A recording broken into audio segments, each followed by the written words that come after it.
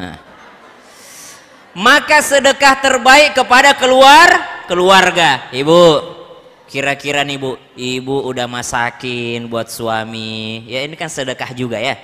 Sudah masakin segala macam diberikan kepada suami. Tiba-tiba suami mengatakan, udah kenyang habis makan di luar. Jengkel enggak? Hah? Kesel enggak bu? Kesel, subhanallah. Hatinya jadi sempit enggak pada saat itu? Sempit hatinya, iya aku nggak bakal mau masak lagi. Jangan harap aku mau masak lagi. Tapi orang yang bertakwa, mau sempit pun dia tetap baik. Dia tetap mengeluarkan apa yang dia punya, tetap masak esok harinya walaupun tidak dihargai sama suaminya. Nah itu kalau mau dapat ampunannya Allah. Nah, tetap berbuat baik meskipun dalam keadaan sempit.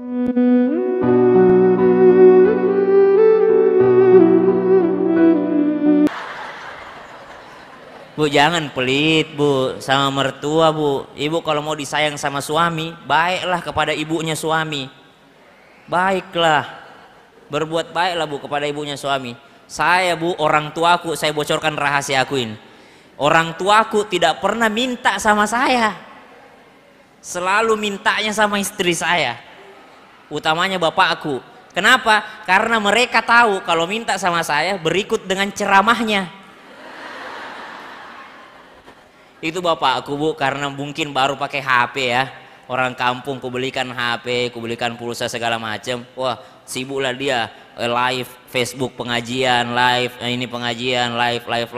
Namanya orang tua tidak tahu daftar paket. Jadi kukirimkan pulsa 300.000, langsung dia live Facebook.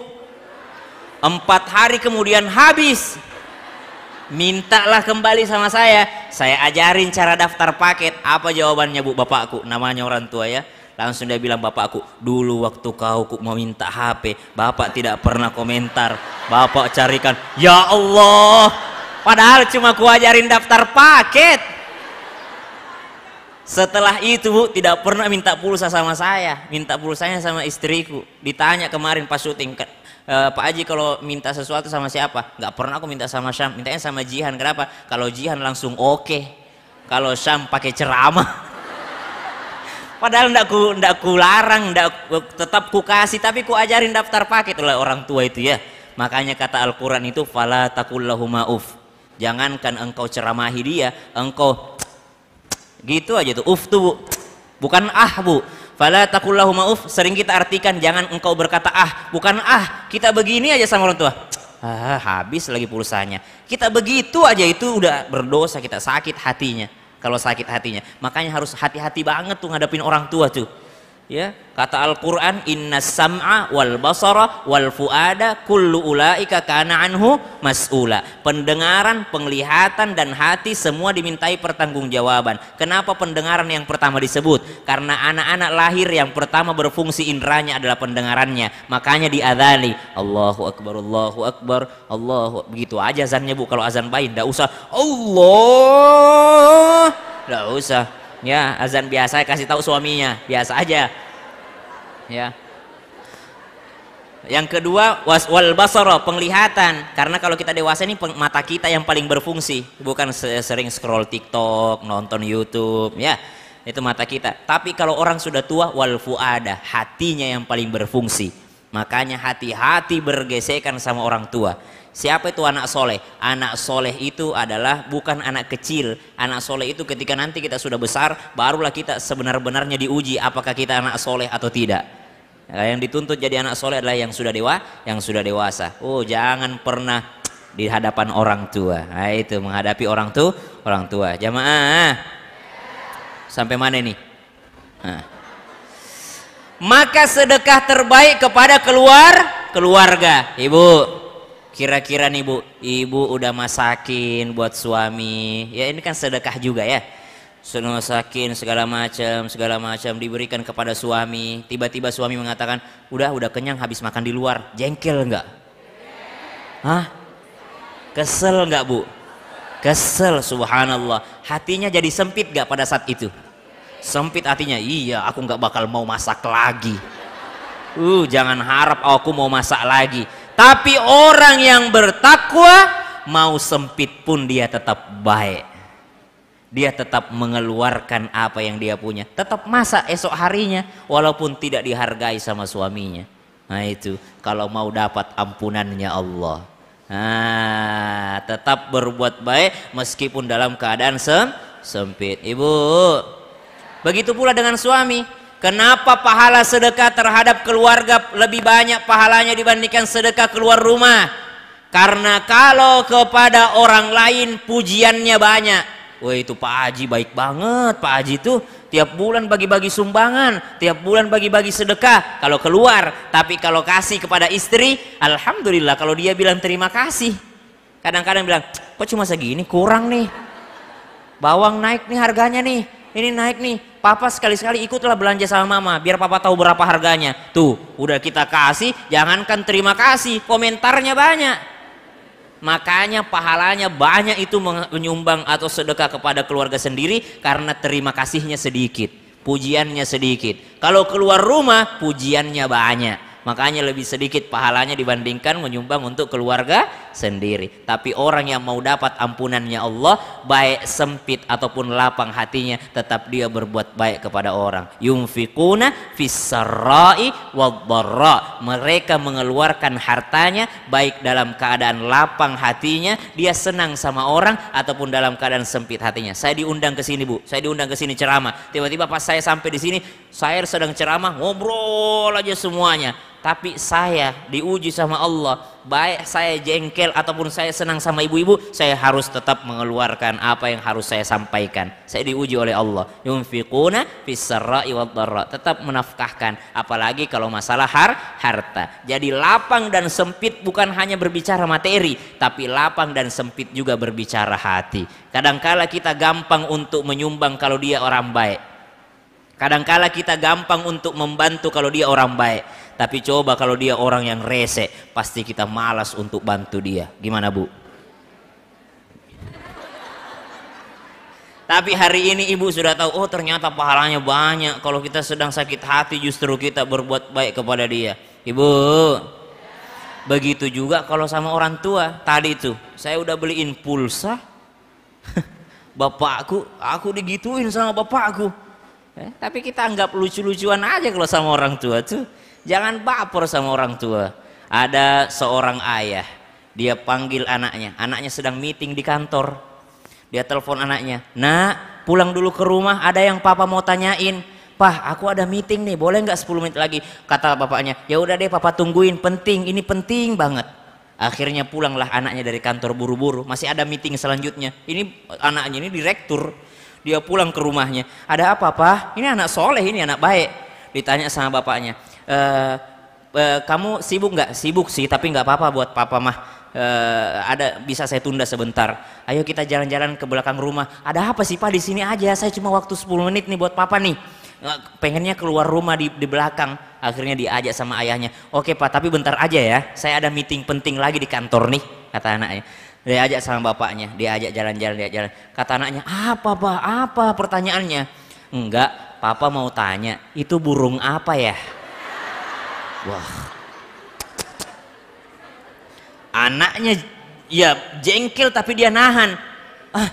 Apa sih Pak? Saya dipanggil pulang dari kantor hanya untuk bapak nanya burung apa itu. "Ya Allah Pak, itu burung pipit," kata anaknya. Kata bapaknya, "Kalau yang itu burung apa?" "Allahu Akbar, sama aja Pak, itu burung pipit." "Kalau yang itu burung apa?" "Ya Allah Pak, itu burung pipit Pak." Nah, udah mulai naik nadanya. "Yang itu burung apa?"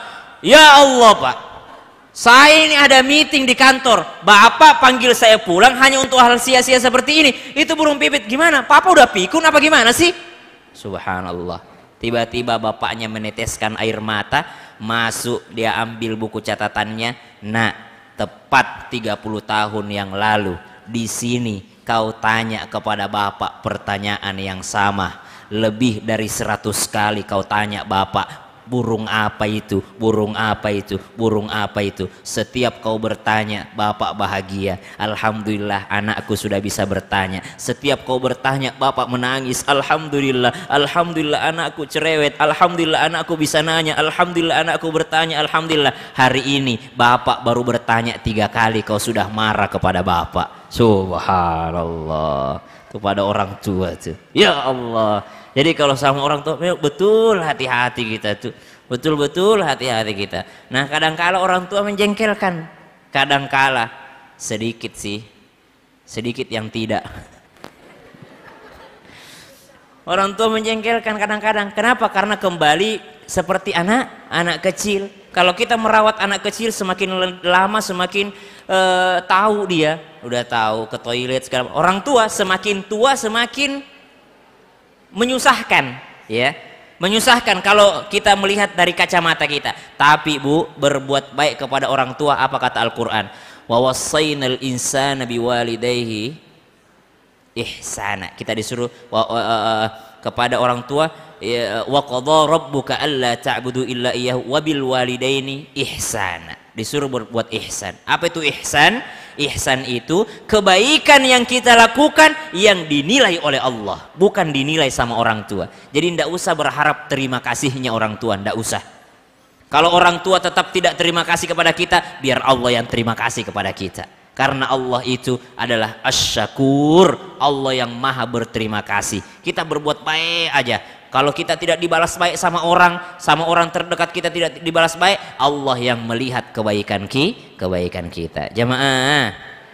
Jadi itu tipsnya supaya kita bisa berbuat baik walaupun dalam keadaan sempit. Apa itu tipsnya? Saya berbuat baik, Allah yang akan membalasnya, bukan manusia yang akan membalasnya. Sama ketika mengeluarkan harta, Bu, Ibu. Bu, ada orang menyumbang, tinggalkan saja Avanzanya, nanti Allah ganti Alphard. Ada orang menyumbang begitu, niatnya Alphard menyumbangnya, bukan akhirat. Niatkan karena Allah. Urusan Allah kasih bonus di dunia itu urusan Allah. Kalau Allah tidak ganti di dunia, pasti balasannya di akhirat lebih baik lagi. Nah jamaah, amalan penghapus dosa yang pertama yang tadi, mengeluarkan harta meskipun dalam keadaan sempit ataupun lapang. Yang kedua, wal kadhiminal ghaidh wal 'afina 'anil nas.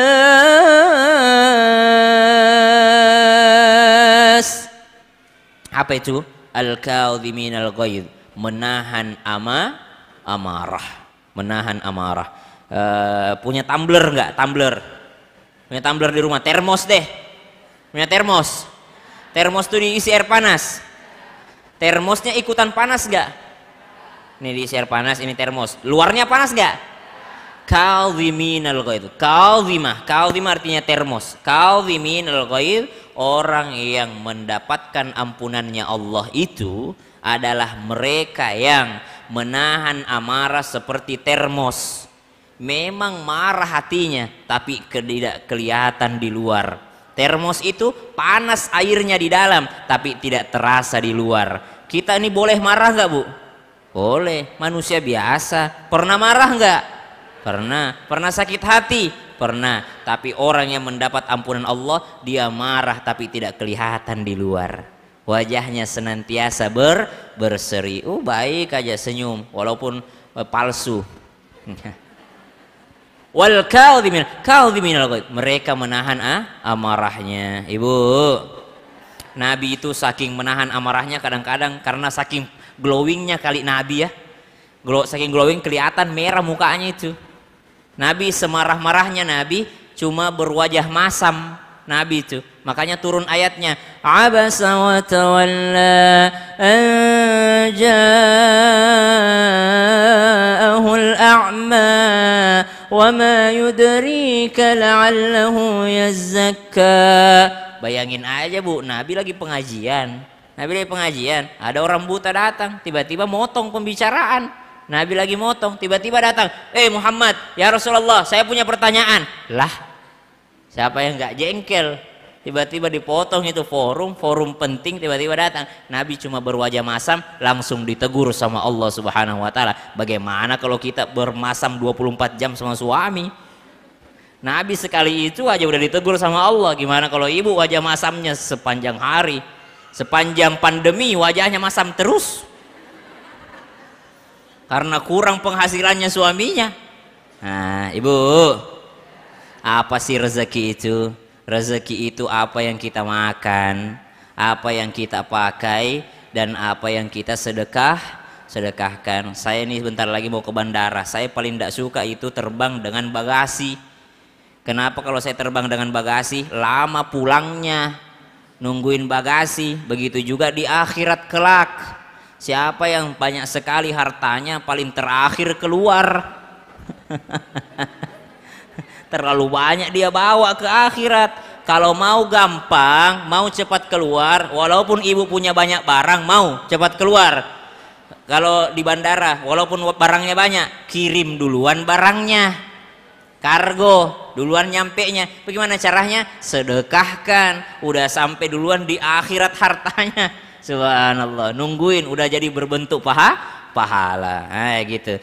Jadi ternyata subhanallah, ketika kita menjadi orang yang bersedekah, menahan amarahnya, itu juga termasuk dapat ampunan Allah. Jangan berwajah masam. Rezeki itu apa yang kita makan. Ibu sering pengajian, kalau pengajian ada kue, banyak itu ibu-ibu dia masukkan ke tasnya.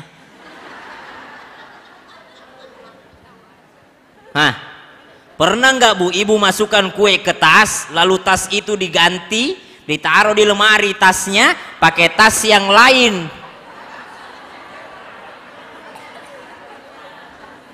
Tiba-tiba baru sadar ketika mau pakai lagi itu tas, ternyata ada kue 2 bulan di situ. Itulah yang dimaksud rezeki itu adalah apa yang kita makan. Udah dia rencanakan, ih enak nih kuenya, bungkus bungkus, dia masukin ke tasnya. Pulang ke rumahnya dia mau kondangan, dia ganti tas dong karena tasnya banyak. Wow, dia taruh di lemari tas itu, ternyata ada onde-onde di dalam, ada kue di dalam itu. Subhanallah, tidak ada yang makan, tidak ada yang makan karena ditaruh di lemari. Tapi itulah ibu-ibu ya, masya Allah ya, dia kalau makan enak di pengajian, dia ingat anaknya, dia bungkus. Dia ingat anaknya, dia ingat suaminya, enak kuenya, kasih ini, bawa pulang bawa pulang, lumayan nih buat ngeteh. Ya, jadi subhanallah, apa yang kita makan, apa yang kita pakai, dan apa yang kita sedekahkan. Udah kaya itu bu, udah kaya. Apa yang kau makan lalu ada sisanya untuk besok atau untuk hari itu, udah kaya itu bu. Jadi kita semua yang hadir insya Allah orang kaya, harus jadi orang kaya. Karena al-faqru, kemiskinan sangat dekat dengan kekafiran, kefakiran dekat dengan kekafiran. Ibu lihat nggak video yang viral? Ada pemurtadan, dimurtadkan hanya gara-gara sebungkus Indomie, dikasih duit. Ada juga itu yang dikasih duit supaya ikut ritual orang non muslim penguburannya, ada itu viral itu karena duit bu, 50.000 disuruh ikut nyembah-nyembah dewa-dewa. Naudzubillah min dzalik. Jadi didik anak-anak ibu menjadi orang kaya supaya enggak seperti itu. Nah, yang ketiga sudah 2. 1, bersedekah meskipun hatinya sempit ataupun lapang. Yang kedua, menahan amarahnya. Mereka mendapat ampunan Allah. Jadi marah boleh tapi tidak kelihatan keluar. Wa ibadur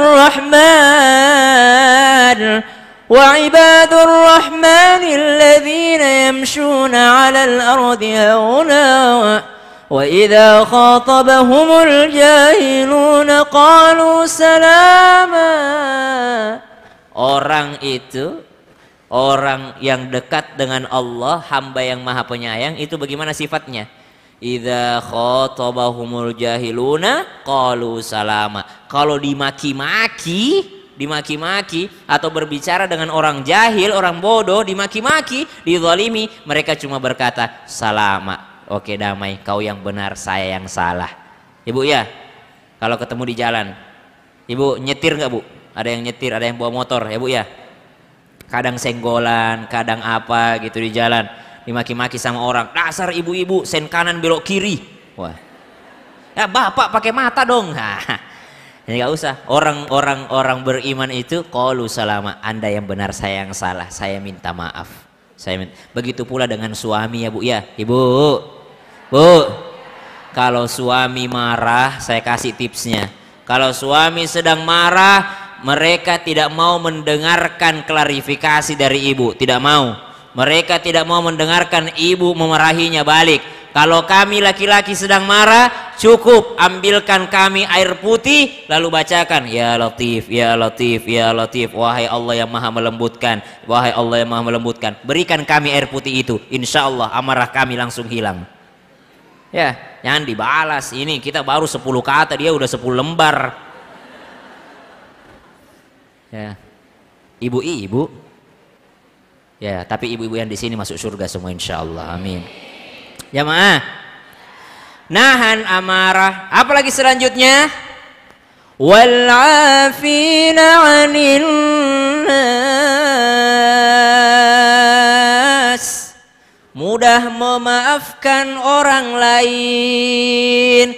Ibu kalau mau dimaafkan sama Allah, mudahlah memaafkan orang. Ibu, kata ibu-ibu dalam hatinya, maafkan sih, maafin ya Ustadz, tapi saya nggak bisa melupakan suami saya pernah chattingan sama mantannya, ternyata dia di belakang saya menikah siri. Nah, ya, saya melupakan, tapi saya mau maafkan, tapi saya tidak melupakan. Bagaimana itu Ustadz? Apakah itu sudah termasuk memaafkan?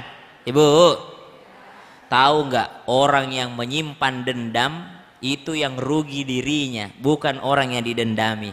Orang yang didendami Bu tidur nyenyak, tapi orang yang dendam itu masih belum memaafkan, belum masih merelakan, belum masih meridhakan, maka dia yang susah tidurnya. Jadi ngapain ibu tidak memaafkan? Udah, memang masih ada teringat, oke lah. Kan almar'atu kal mir'ah, wanita itu ibarat kaca. Kaca itu gimana sih kaca Bu? Kenapa perempuan diibaratkan kaca? Karena memang selalu dekat dengan kaca. Di kamar mandi bercermin, keluar bercermin lagi di lemari, turun bercermin lagi di ruang tamu, mau masuk mobil bercermin lagi di kaca mobil, ada spion, ada kaca dalam mobil bercermin lagi, lewat di parkiran ada mobil parkir cermin lagi. Cuman cermin, kemana-mana bawa cermin di tasnya. Almar'atu kal mir'ah, wanita itu ibarat cermin. Apalagi maksudnya wanita ibarat cermin kaca? Kaca itu kalau sudah pecah bisa disatukan lagi? Bisa, dilem bisa, tapi sudah tidak sempurna, ada bekasnya. Memang dia memaafkan tapi tidak bisa melupakan. Boleh enggak? Nabi itu tidak mau ketemu dengan orang yang pernah membunuh pamannya walaupun orang itu sudah masuk Islam. Tidak mau ketemu dengan Hindun, tidak mau. Dia tahu bahwa dia pernah makan hatinya Hamzah. Dia bilang, iya engkau diterima masuk Islam, tapi mohon maaf jangan pernah muncul di hadapanku. Karena setiap kau muncul di hadapanku menetes air mataku, ku ingat pamanku. Itu aja pengennya. Ya, jadi memaafkan belum tentu melupakan, itu biasa Bu. Ya, tapi orang mukmin beriman yang mau dimaafkan oleh Allah, maka mudah jugalah memaafkan orang lain.